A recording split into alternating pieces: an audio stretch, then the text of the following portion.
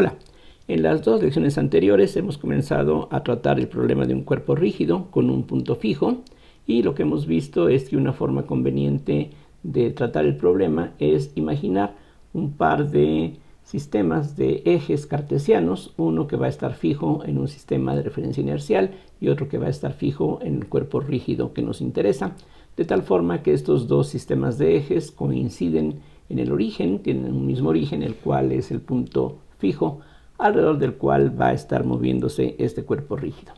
La relación entre estos dos sistemas de ejes está dada a través de una matriz llamada ortogonal, debido a que su respuesta es igual a su inversa, y lo que ya hemos visto es que esta matriz nos permite determinar la configuración del sistema en cualquier momento. Lo que nos interesa, como ya hemos visto en la lección anterior particularmente, es ahora expresar la energía cinética del movimiento de rotación de este cuerpo rígido, en particular porque la energía cinética interviene en la lagrangiana natural cuando las fuerzas generalizadas son derivables de un potencial.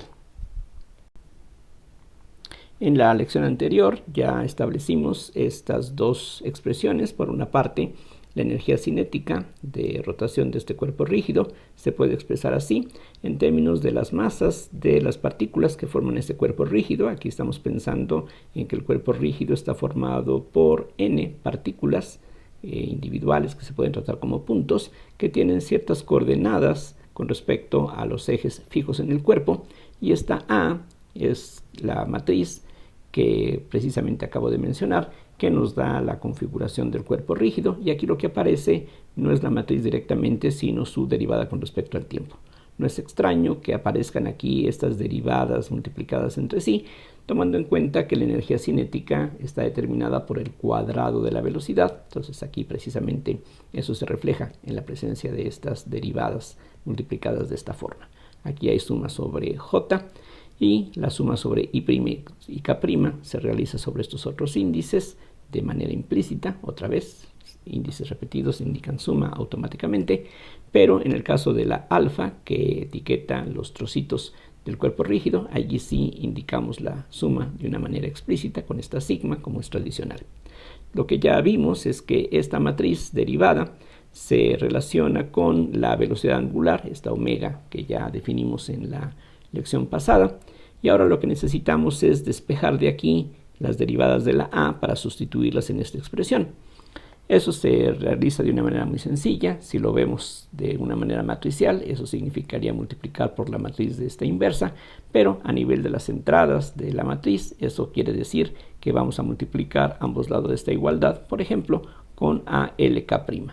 Noten que K' es un índice que no está aquí sumado del lado izquierdo, entonces está disponible para que hagamos una suma justamente sobre ese índice, y lo que vamos a aprovechar es lo que ya se estableció anteriormente, que una suma sobre uno de los índices, ya sea el índice primado o el índice no primado, nos da una delta de Kronecker. En este caso, la suma sobre los índices primados nos deja libres a la I y la L, que van a ser los índices precisamente de esta delta de Kronecker. Hacemos la misma operación de ambos lados, eso es lo que se obtiene, y haciendo ahora uso de la delta de Kronecker, de esta suma sobre i, que también está implícita, solamente va a quedar el término en el que la i y la l son iguales, de tal forma que esto queda en forma ya individual, lo cual es justamente lo que se buscaba. De esa manera, la derivada de los elementos de matriz de la A quedan expresados de esta forma, y aquí el orden en el que escribamos los factores es totalmente a nuestro gusto, ya que algunas son constantes, algunas de estas cantidades, otras son funciones del tiempo, pero son funciones de valores reales, y las funciones de valores reales conmutan entre sí. Utilizando esta expresión en estos dos lugares, entonces lo que nos queda es que A.ji', es esto que está desde aquí hasta acá, copiando esta expresión, y la A.jk' es algo similar, nada más teniendo en cuenta de dónde están colocados los índices. Vean, este primer índice va aquí al principio, este índice va al principio de la epsilon, entonces eso es lo que tenemos que vigilar aquí. La J aquí está al principio, la I aquí está al principio, la J aquí al principio, la K aquí al principio de la epsilon, y lo demás se rellena con variables de suma que no deben de repetirse más de dos veces. Entonces aquí hay una suma sobre M' y sobre S', aquí en cambio tenemos una suma sobre N' y sobre P'. Entonces, un índice de suma de estos no puede aparecer más de 2 veces. La alfa es algo diferente, como ya recalqué con anterioridad. Entonces, ahora, aquí aprovechando la libertad que tenemos de permutar el orden de los factores, podemos notar que en este caso tenemos una suma en las AES sobre J. Aquí la suma era sobre índices primados, aquí es sobre índices no primados, pero de cualquier manera eso da lugar a una delta de Kronecker, en este caso con índices M', N'.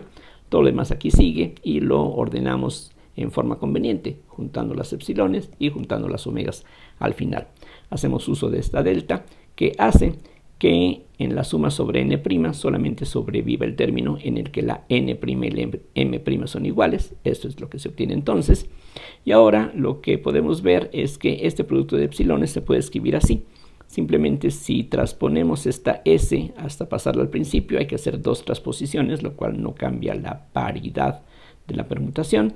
Y aquí hacemos algo similar. La P la pasamos al principio, realizando 2 transposiciones. Así es de que estas epsilones y estas tienen individualmente los mismos valores debido a su definición. Nos conviene hacer esto para que la suma que aquí está implícita sobre M' se realice sobre el tercer índice, y resulta que el producto de epsilones, como este, sumado sobre un índice, se puede escribir en términos de deltas de Kronecker, y la regla que uno puede recordar fácilmente es esta. Una vez que hemos colocado en la misma posición, en este caso en tercer lugar, a la variable de suma, el producto de estas epsilones es un producto de deltas así, en donde los índices son primero con primero, SP, segundo con segundo y K, menos ahora intercambiados, S, el primero con el segundo, SK, y el segundo con el primero, IP. Entonces, esto es algo que se puede probar utilizando la definición de la epsilon y de la delta. Es algo bastante laborioso si uno lo hace en forma así tan directa, pero es una relación que de vez en cuando resulta útil, como en este ejemplo. Ya teniendo pues este resultado, aquí simplemente damos por hecho de que este producto de epsilones se puede expresar así. Entonces este producto lo sustituimos en la expresión para la energía cinética que ya teníamos de la lección anterior.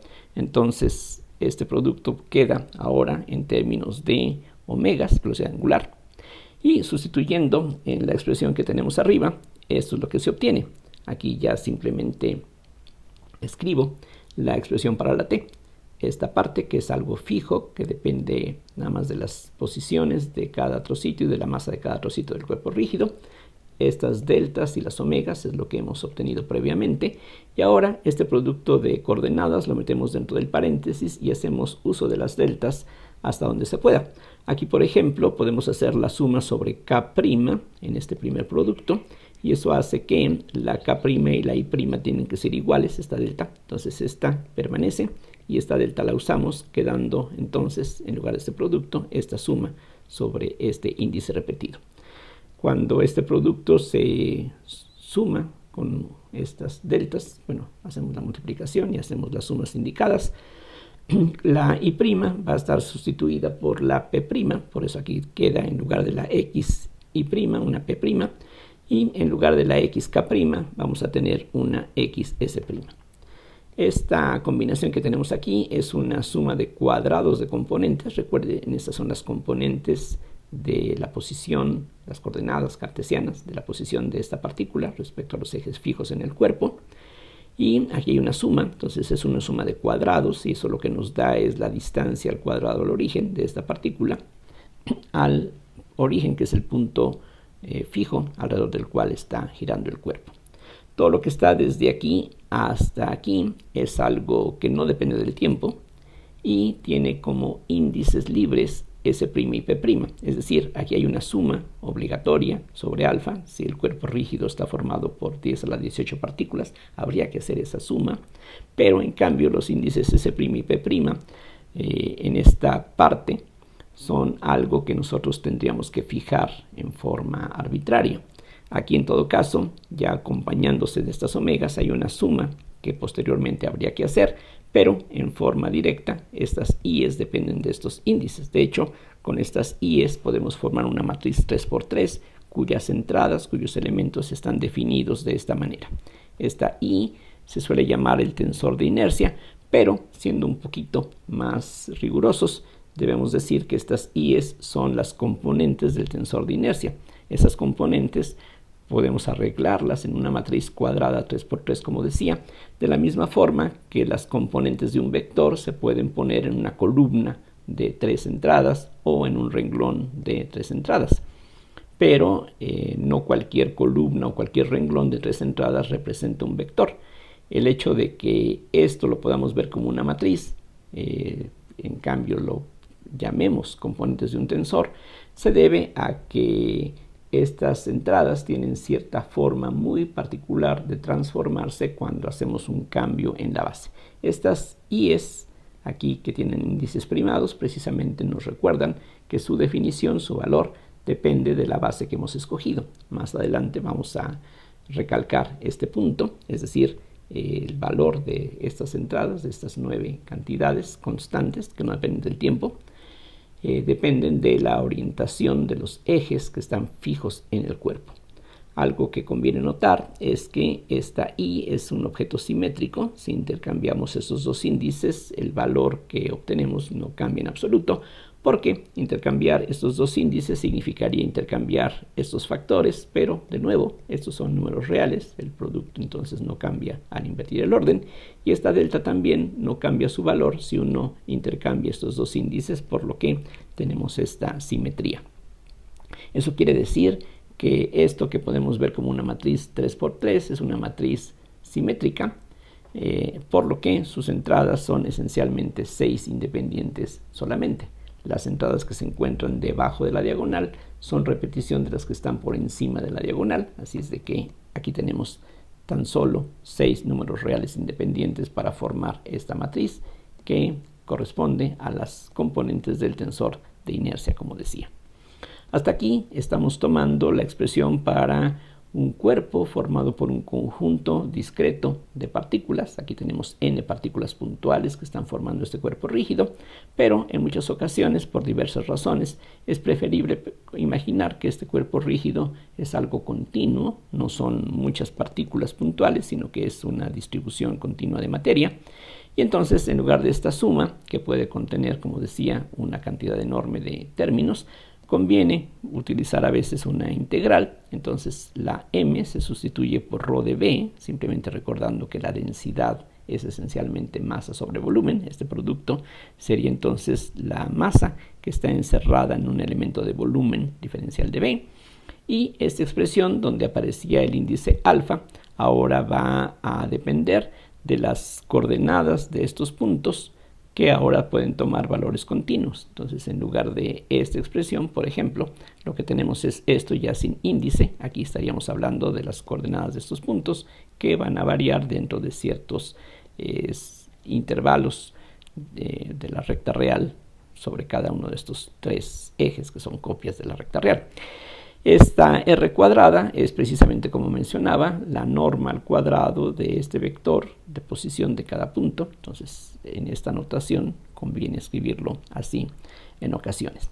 En forma un poquito más explícita, las entradas de esta matriz que mencionaba aquí están dadas. Si nos fijamos en esta definición que aquí aparece, por ejemplo, la entrada 1, 1 se obtendría aquí poniendo 1 y 1. En este caso, la delta vale 1.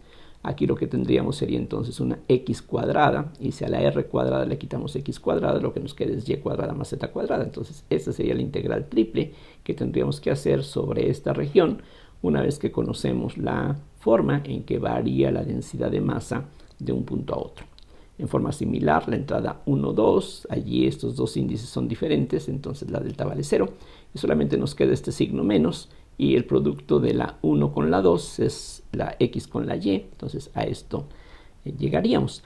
Noten que aquí no estoy ya escribiendo x', y', z', sino que por comodidad estamos omitiendo esas primas, pensando en que hemos dejado de lado el sistema de ejes fijos en el sistema de referencia inercial, y en cambio aquí nos estamos concentrando solamente en los ejes con respecto al cual este cuerpo está inmóvil. Son ejes que se mueven junto con el cuerpo rígido. Entonces, en estos ejes el cuerpo no se mueve, sus coordenadas están fijas, cada puntito tiene coordenadas que no cambian con el tiempo, y en forma similar podemos hallar las demás entradas. La 1, 3, que es lo mismo que la 3, 1, haría que aquí esta delta valga 0, y solamente tenemos el producto de la tercera con la primera, o de la primera con la tercera, que es entonces la x con la z, y algo similar ocurre con las demás. Entonces aquí está en forma explícita la expresión para el caso continuo de las 6 entradas independientes, 1, 2, 3, 4, 5, 6,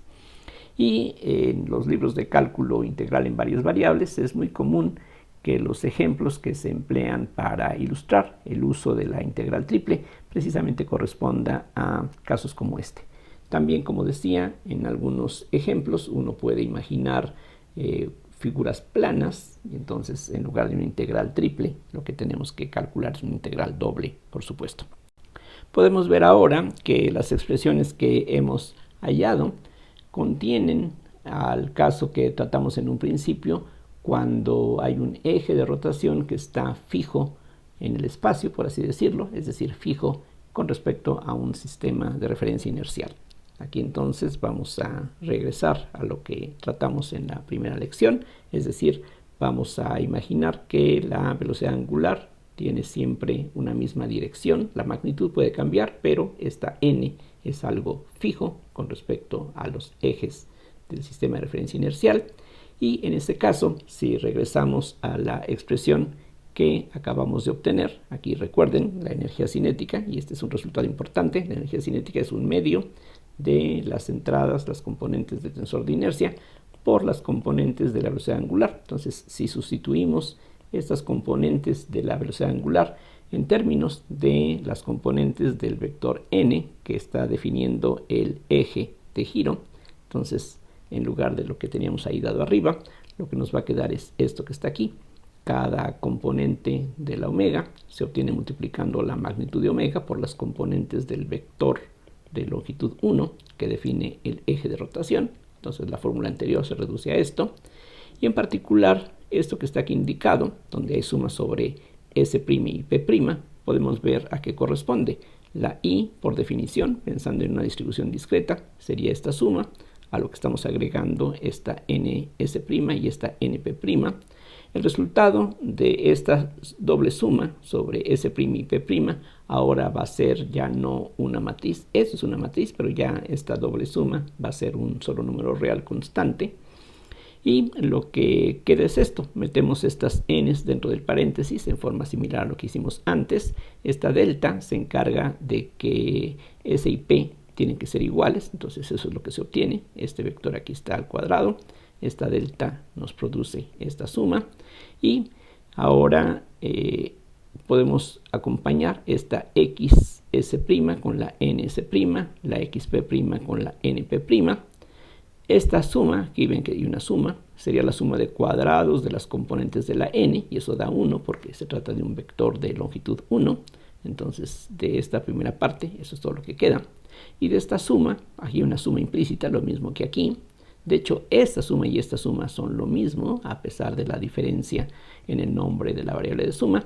Pero aquí lo que tenemos es primera componente con primera, más segunda con segunda, más tercera con tercera, y eso es precisamente la expresión habitual para el producto punto. Así es que aquí lo que tenemos es el producto punto del vector de posición de la partícula número alfa con el vector que define el eje de giro, y ese producto punto aparece multiplicado por él mismo, entonces eso es este cuadrado.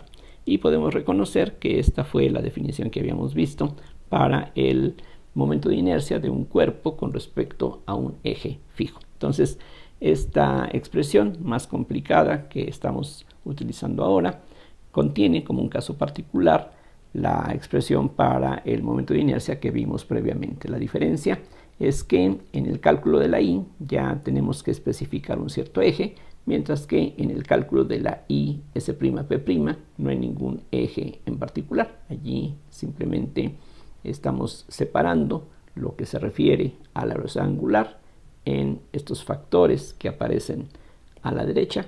Esta I'P' solamente depende de las masas de estos puntos materiales y de las coordenadas que tienen con respecto a los ejes fijos en el cuerpo.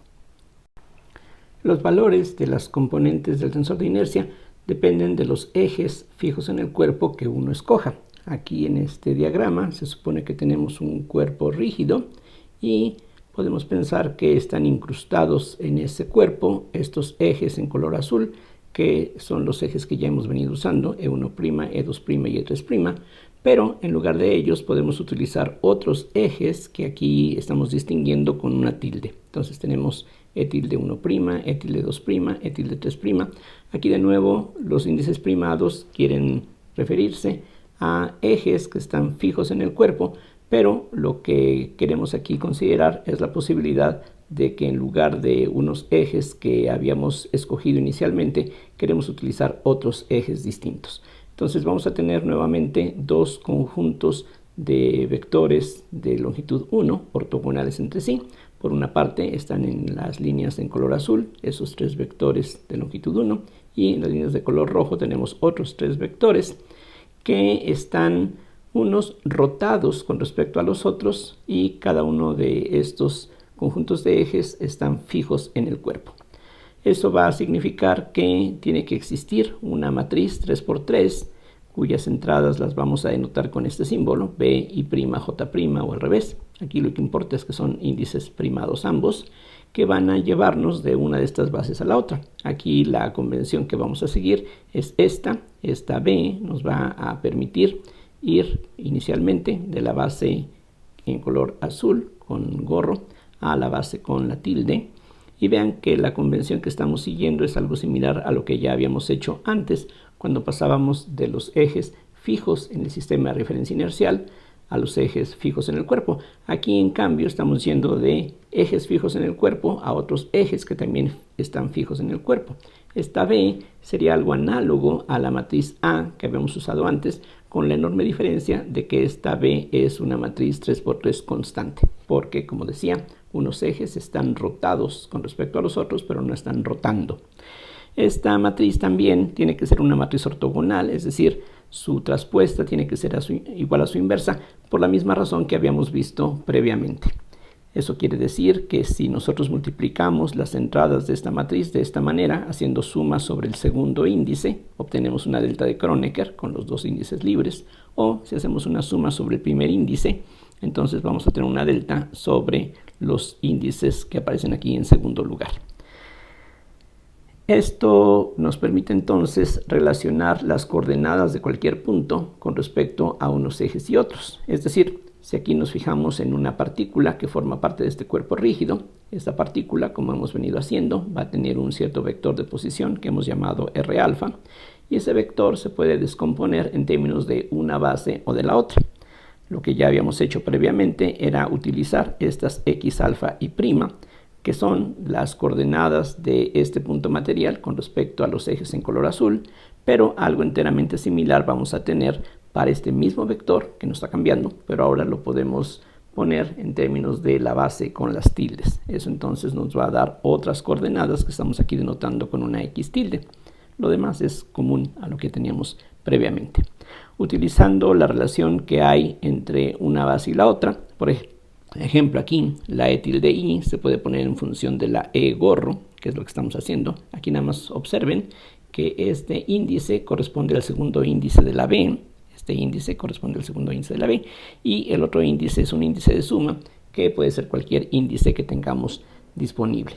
Similarmente, uno puede expresar los vectores que tenemos aquí como base en términos de los E tilde, y para eso lo que necesitaríamos sería invertir esta relación, pero como esta matriz es ortogonal, la inversa de esta matriz, repito, es su traspuesta, y eso quiere decir que ahora, en lugar de que tengamos una suma sobre el primer índice de la B, tendríamos una suma sobre el segundo índice de la B. Esa es la única diferencia que hay que aplicar aquí. Entonces, al utilizar la independencia lineal de un conjunto de vectores o el otro, tenemos entonces una relación entre las coordenadas de un punto respecto a los ejes color azul o a los ejes en color rojo. Y esta es la relación que se obtiene, que se puede aquí deducir fácilmente por la comparación entre los coeficientes de la E con gorro aquí y aquí. Nada más hay que tener cuidado de que para hacer la comparación aquí tendríamos que poner no una I sino una J, para que entonces tengamos todo en términos de los mismos vectores E', J, o más bien EJ', y a partir de allí uno tiene una relación como esta. Esto es importante porque en la definición de las componentes del tensor de inercia precisamente intervienen las coordenadas de estos puntos respecto a los ejes fijos en el cuerpo. Aquí estoy simplemente repitiendo la definición que hemos dado previamente de las componentes del tensor de inercia, y aquí estamos utilizando las coordenadas respecto a los ejes primados fijos en el cuerpo, y ahora lo que queremos hacer es calcular las componentes del mismo tensor de inercia del mismo cuerpo, pero con respecto a los nuevos ejes. Lo que tenemos que hacer es simplemente copiar la definición anterior, tomando en cuenta que la distancia de cada punto al origen no va a cambiar, pues es una cantidad geométrica, no depende de las coordenadas que usemos. La única diferencia va a estar aquí, si estamos usando las coordenadas respecto a los vectores con el gorro o si estamos utilizando las coordenadas con respecto a los ejes con la tilde. Pero como ya podemos nosotros relacionar unas coordenadas con las otras, entonces sustituimos expresiones como esta. Aquí recuerden, lo que hay que tomar en cuenta es que el subíndice de la x tilde es el segundo índice de la b. Entonces, si aquí tenemos x tilde s', ese es el segundo índice de la b, y aquí si tenemos x tilde p', ese es el segundo índice de la b. Lo demás tiene que rellenarse con índices de suma que simplemente no aparezcan más de 2 veces, y esto es justamente lo que obtenemos.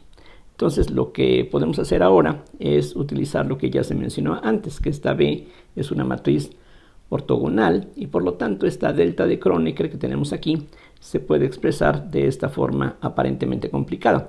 Lo que quiero hacer es factorizar estas B's, entonces estas B's se pueden sacar de esta última parte, pero aquí no aparecen. Bueno, pero lo que podemos hacer es aprovechar justamente las propiedades que tiene esta matriz para que estas B's también aparezcan aquí como factor. Entonces vean ustedes que esta combinación que está aquí, al tener esta delta de Kronecker, eso equivale a tener una suma sobre el primer índice, y eso, por lo ya dicho, equivale a una delta de Kronecker con índices S y P. Entonces todo esto es lo mismo que está aquí, y entonces lo que vamos a obtener es justamente algo equivalente a la delta que aparecía aquí originalmente, y con eso estamos forzando a que estas B's se puedan factorizar y las podemos sacar de la suma porque no dependen del índice alfa. De hecho, estas B's otra vez tienen que ver con la relación entre la base color azul y la base color rojo, que es la misma relación independientemente de cuál partícula del cuerpo rígido estamos considerando. Todo lo que está de aquí hasta acá, como ustedes pueden ver, corresponde a la definición de las componentes del tensor de inercia con respecto a los ejes con el gorro. Entonces esto es lo que tendríamos. Entonces las componentes respecto a los nuevos ejes están relacionados así con las componentes respecto a los ejes originales fijos en el cuerpo. Estas son constantes, estas son constantes, estas son constantes, y simplemente por el cambio en unos ejes, de unos ejes a otros, tenemos esta relación. Justamente esta propiedad de transformación de estas componentes es lo que regularmente en la literatura de los libros de física se utiliza como definición de un tensor. Uno dice que un tensor es un objeto que tiene componentes que se transforman justamente de esta manera cuando hacemos un cambio de ejes. Entonces, aquí simplemente pues estamos haciendo el contacto con la terminología o el concepto que regularmente uno puede hallar en los textos de física. Podemos reescribir esta relación así, otra vez recordando que todos estos son números reales, o sea, todas las entradas de estas matrices son números reales que conmutan bajo el producto. Entonces, aunque sean elementos de matriz, ya sabemos que el producto matricial en general no conmuta, pero aquí estamos haciendo productos de las entradas de las matrices, no de las matrices. De hecho, esta modificación que hacemos en el orden es justamente para poder interpretar esta suma de productos. Aquí hay una doble suma, vean, hay una suma sobre I' y una suma sobre J'. Aquí sí hay índices contiguos, pero aquí no están contiguos. Para que estén vecinos la I' y la I', tenemos que transponer esta matriz, y eso entonces quiere decir que si definimos con esta I a la matriz formada con estas componentes y con la I tilde a la matriz formada con estas otras y con la B a esta otra matriz, esta relación que aquí hemos obtenido se puede expresar en forma matricial, lo cual puede ser conveniente de esta manera, como que la I tilde es igual a la B traspuesta por la I por la B. Entonces esto es lo que frecuentemente en la literatura del álgebra lineal se le conoce como una transformación de semejanza. En este caso también equivale a una transformación de similaridad porque esta B, como ya se dijo, es una matriz ortogonal y la B traspuesta es lo mismo que la B inversa. Así es de que aquí estos dos conceptos coinciden. El punto importante es que siempre es posible hallar una matriz B de estas matrices ortogonales o equivalentemente podemos encontrar una base como la que teníamos allá arriba en color rojo, tal que esta nueva matriz que está formada con las componentes respecto a la nueva base sea una matriz diagonal. Los vectores entonces que se obtienen son los llamados ejes principales o definen los ejes principales del cuerpo alrededor del punto O.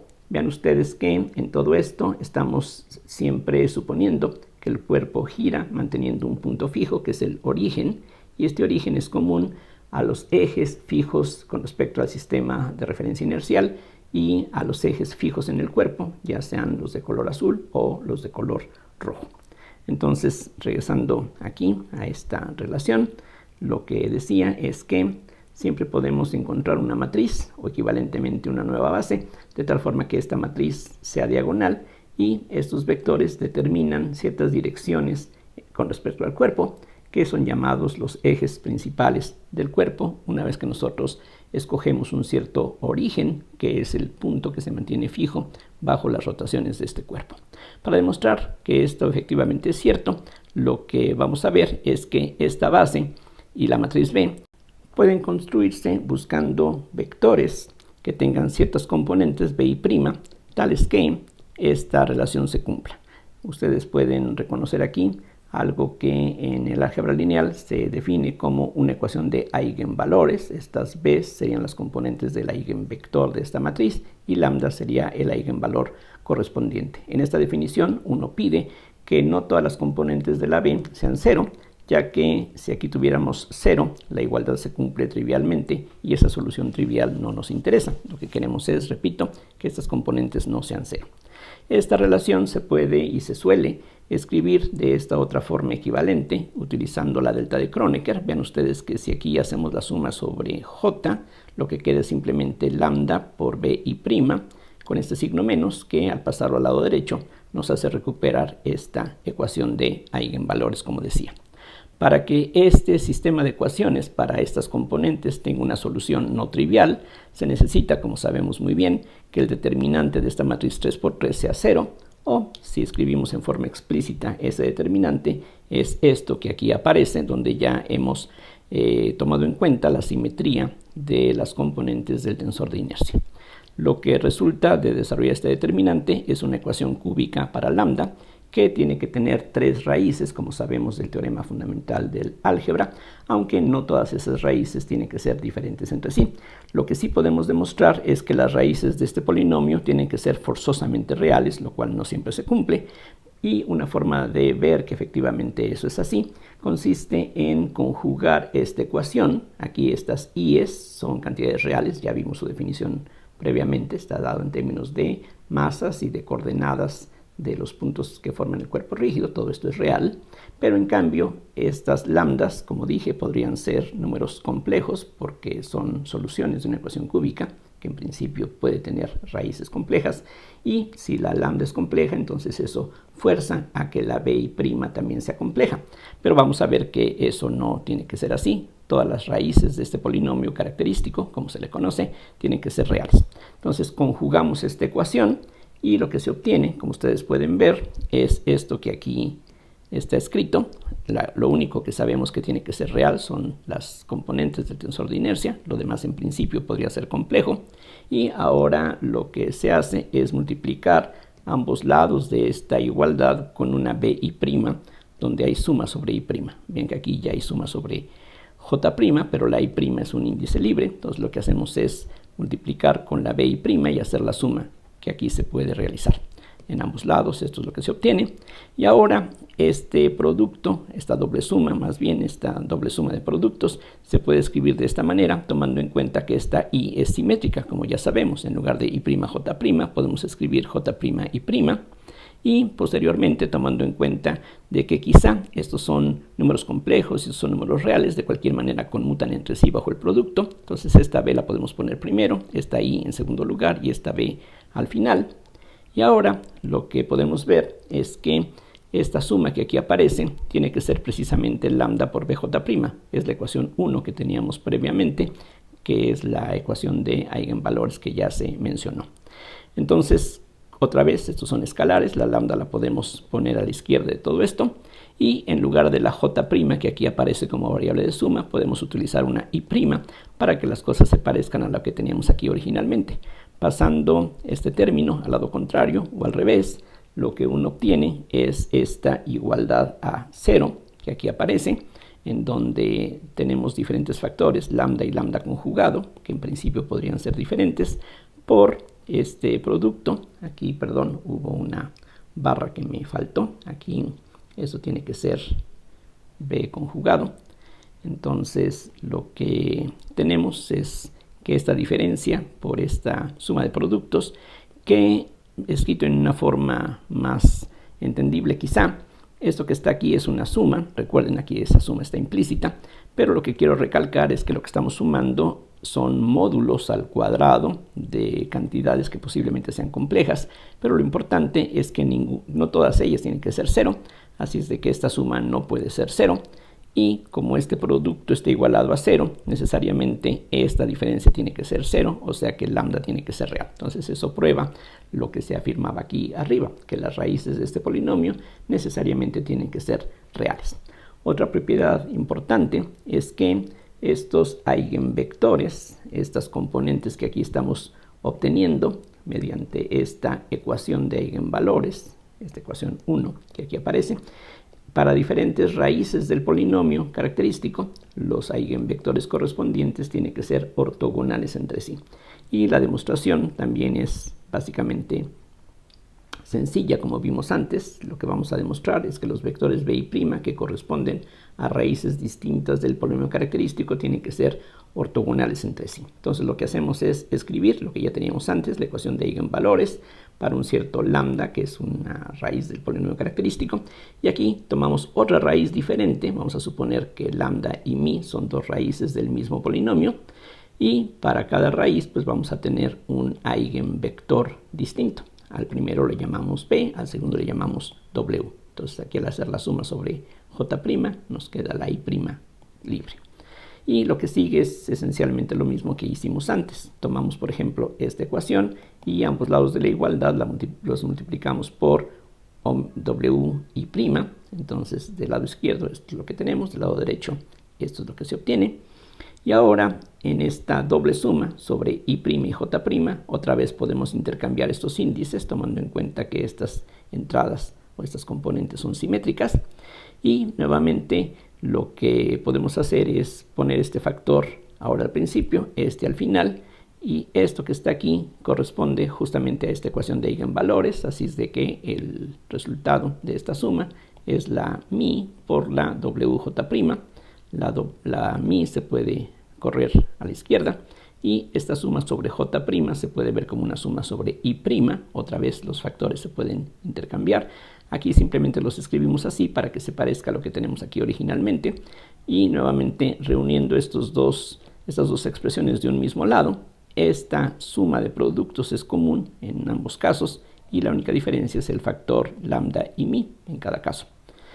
Aquí tenemos una suma de productos. Esto es un número real, esto es otro número real, y lo que se obtiene de multiplicar estos dos es 0. Alguno tiene que ser 0, pero estamos suponiendo que se trata de raíces distintas. Esta lambda y esta mi son diferentes, así es de que esta diferencia no puede ser 0. Esto es lo que es 0, pero esto es precisamente el producto interior usual. Vean que aquí hay una suma, primera componente con primera, más segunda con segunda, más tercera con tercera. Ese es el producto interior entre vectores, y eso prueba entonces que los vectores que corresponden a raíces distintas del polinomio característico tienen que ser automáticamente ortogonales entre sí.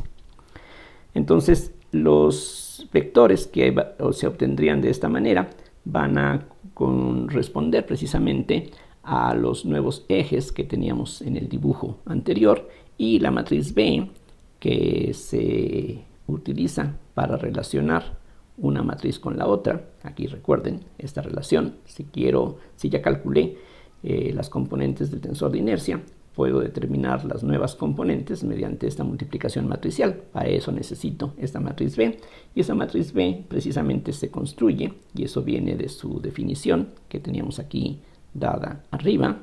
La matriz B se obtiene tomando como sus columnas las componentes de la nueva base, color rojo, en términos de la base original. Es justamente lo que está aquí indicado abajo. Aquí precisamente se dice que la matriz B se construye colocando en sus columnas las componentes de cada uno de los eigenvectores B y' una vez que se han normalizado. Hay que tomar en cuenta que la ecuación de eigenvalores que teníamos aquí con el número 1 es un sistema de ecuaciones homogéneo. Si yo multiplico todas las componentes de este vector por un mismo escalar, la igualdad no se altera. Entonces, aprovechando esa libertad, lo que podemos hacer es escoger las componentes de estos vectores de tal forma que tengamos vectores de longitud 1 que van a ser precisamente los nuevos vectores base. Todo esto lo vamos a ver en la práctica en el siguiente ejemplo, que va a servir, yo espero, para ilustrar todo lo dicho hasta aquí. Entonces, una vez que ya hemos construido de esa manera la matriz B, hay que hacer este triple producto matricial, y de esa manera vamos a conocer las componentes del tensor de inercia en los ejes principales, y las cantidades que aparezcan en la diagonal de esta nueva matriz van a ser llamados los momentos principales de inercia. Para concluir esta lección vamos a ver un ejemplo muy sencillo de un cuerpo rígido que está formado por 4 masas puntuales, todas ellas de la misma magnitud, para hacer los cálculos sencillos. Entonces tenemos 4 masas puntuales que se encuentran en un mismo plano, de hecho en los vértices de un cuadrado del lado A. Entonces aquí escogemos los ejes fijos en el cuerpo. Estas partículas que aquí están en color rojo van a estar inmóviles con respecto a estos ejes. Entonces piensen ustedes que estos ejes pueden moverse para un lado o para otro, rotando, pero manteniendo el origen inmóvil, que se supone que es el punto fijo de este cuerpo rígido. Entonces las coordenadas de estos puntos materiales son: para una 0, 0, 0, para otra es A, 0, 0, para la tercera es 0, A, 0, que es esta que está aquí, y para la cuarta es A, 0, que estaría justamente en esta esquina de este cuadrado del lado A, como decía. Entonces, por ejemplo, la componente 1', 1' del tensor de inercia con respecto a estos ejes, de acuerdo con la definición general que habíamos dado antes, sería algo como esto, pero aquí ya estamos tomando en particular que el número total de partículas es 4, y lo que hay que usar ahora es que esta delta vale 1, estas x1 son las coordenadas x de estos puntos, este r cuadrada pues es la suma de x cuadrada más y cuadrada más z cuadrada, así es de que si le restamos las x cuadradas, lo que nos va a quedar son las y cuadradas y las z cuadradas. Entonces, en resumen, lo que tenemos que hacer para determinar esta componente es sumar las masas, que son las mismas todas ellas. Podemos entonces extraer esta m de la sumatoria, y lo que tenemos que hacer es sumar los cuadrados de las coordenadas y y z de estas 4 partículas, lo cual es bastante sencillo en este ejemplo, porque vamos a tener esta m, que es factor común de una suma, que en total tendría 8 términos. Hay que fijarse en la y y la z de cada partícula y sumar sus cuadrados. Entonces aquí tenemos 0 al cuadrado, son estos dos, 0 al cuadrado, nuevamente ceros, a al cuadrado más 0 cuadrado, son estos dos términos, a cuadrada más 0 cuadrada, que son estos dos últimos, y simplificando esto nos da 2m a cuadrada. Entonces es en este ejemplo algo bastante sencillo, pero espero que esto ayude a ilustrar cómo se tienen que calcular estas componentes. Por ejemplo, ahora la entrada 1', 2' se va a obtener mediante la misma relación básicamente, pero ahora los índices son 1' y 2'. Entonces esta delta vale 0, y 1' y 2' significa las coordenadas x y y, es decir, lo que vamos a tener es esto, tomando en cuenta que la masa es común. Noten también que aquí estoy omitiendo por ahora, por simplicidad, las primas en las coordenadas. esto realmente se debería de llamar y' alfa, z' alfa, x' alfa, y' alfa, porque están referidos a los ejes primados que están fijos en el cuerpo.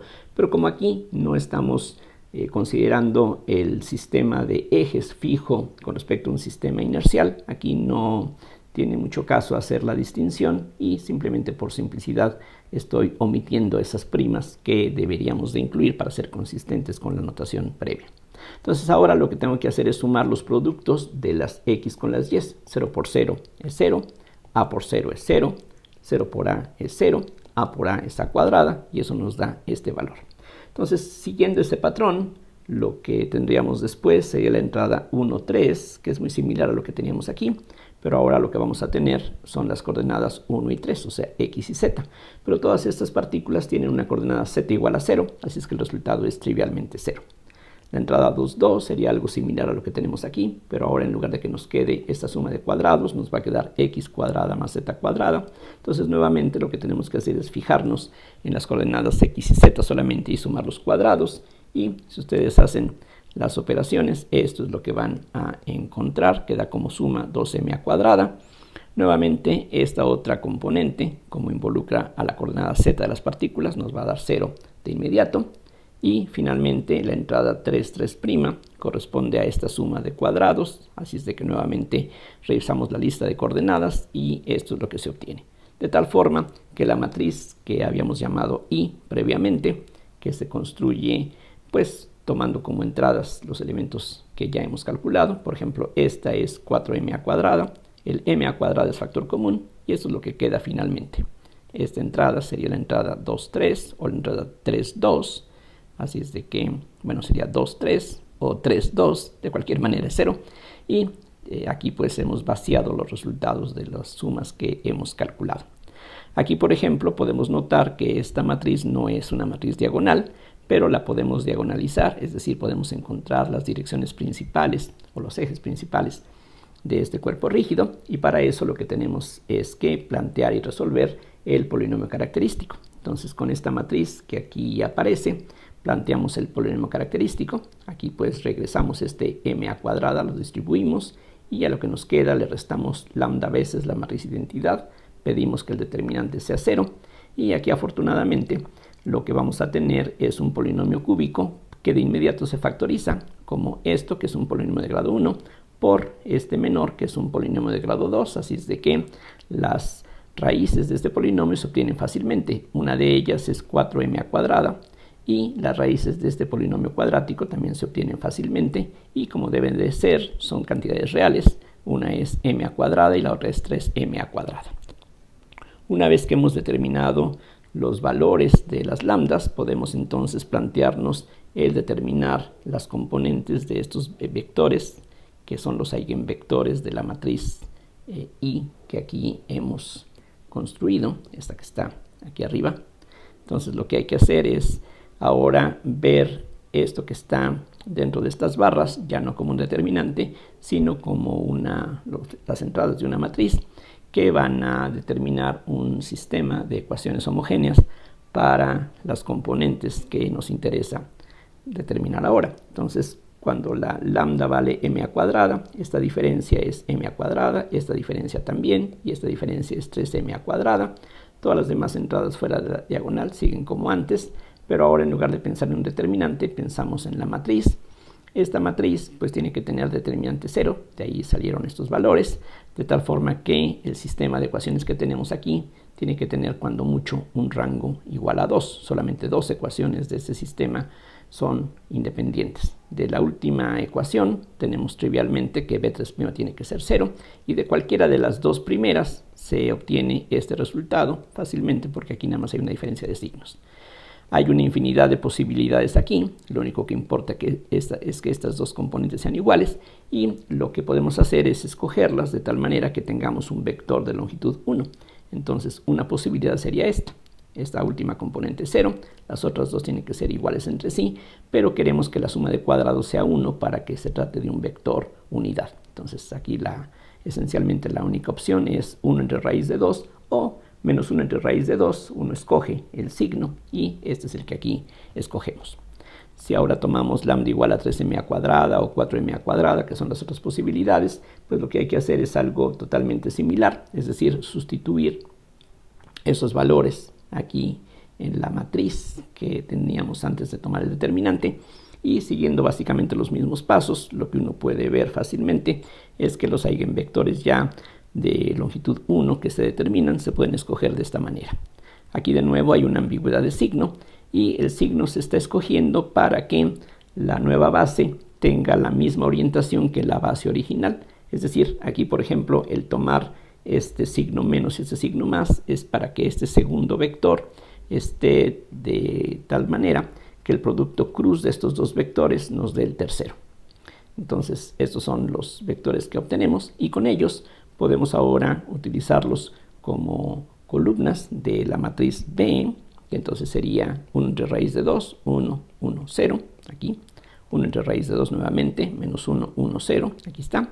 Y este último, pues multiplicamos y dividimos por 1 raíz de 2 para que se pueda factorizar esta cantidad, y eso es lo que tendríamos. Esta matriz tiene que ser una matriz ortogonal, y ahora esta matriz la utilizamos para efectuar este triple producto matricial, y el resultado, como debe de ser, es una matriz diagonal, y estas cantidades que aquí tenemos serían las nuevas componentes del tensor de inercia, pero con respecto a estos ejes que ahora están aquí en color azul, son con las tildes. Estos son los ejes principales de este cuerpo con respecto a este punto, y las cantidades que aparecen en la diagonal se denominan momentos principales de inercia. Entonces aquí ya hemos visto para este ejemplo cuáles serían las componentes para una base que nosotros aquí dimos inicialmente para especificar las coordenadas de estos puntos, pero ya habíamos encontrado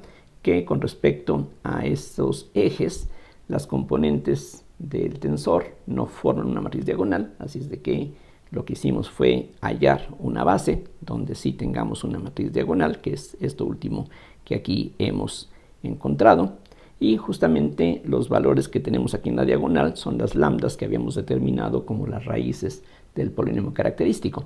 Entonces aquí podríamos ya desde un paso anterior determinar cuáles son los momentos principales de inercia. Son precisamente las raíces que habíamos determinado con anterioridad. Entonces espero que este primer ejemplo sea ilustrativo. Ya veremos algunos otros ejemplos en la lección posterior, pero este ejemplo simple, introductorio, espero que sea suficientemente ilustrativo. Como de costumbre, muchísimas gracias por la atención y hasta la próxima.